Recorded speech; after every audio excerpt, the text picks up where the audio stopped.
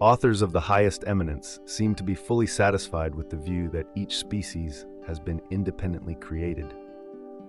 To my mind, it accords better with what we know of the laws impressed on matter by the Creator, that the production and extinction of the past and present inhabitants of the world should have been due to secondary causes, like those determining the birth and death of the individual.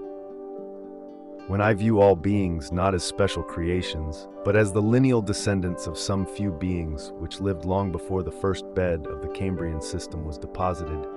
they seem to me to become ennobled.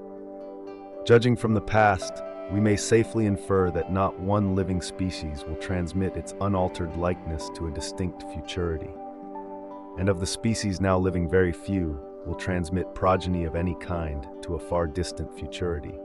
For the manner in which all organic beings are grouped shows that the greater number of species in each genus and all the species in many genera have left no descendants, but have become utterly extinct.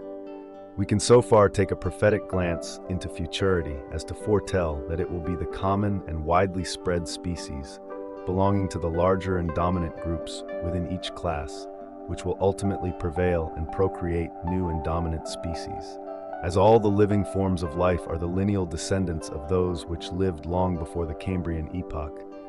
we may feel certain that the ordinary succession by generation has never once been broken, and that no cataclysm has desolated the whole world. Hence, we may look with some confidence to a secure future of great length. And as natural selection works solely by and for the good of each being, all corporeal and mental endowments will tend to progress towards perfection. It is interesting to contemplate a tangled bank, clothed with many plants of many kinds, with birds singing on the bushes, with various insects flitting about, and with worms crawling through the damp earth, and to reflect that these elaborately constructed forms, so different from each other, and dependent upon each other in so complex a manner, have all been produced by laws acting around us. These laws, taken in the largest sense, being growth with reproduction, inheritance which is almost implied by reproduction, variability from the indirect and direct action of the conditions of life, and from use and disuse, a ratio of increase so high as to lead to a struggle for life, and as a consequence to natural selection, entailing divergence of character and the extinction of less improved forms.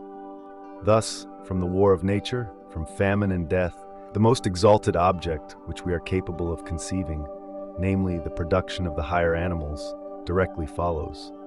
There is grandeur in this view of life, with its several powers, having been originally breathed by the Creator into a few forms or into one.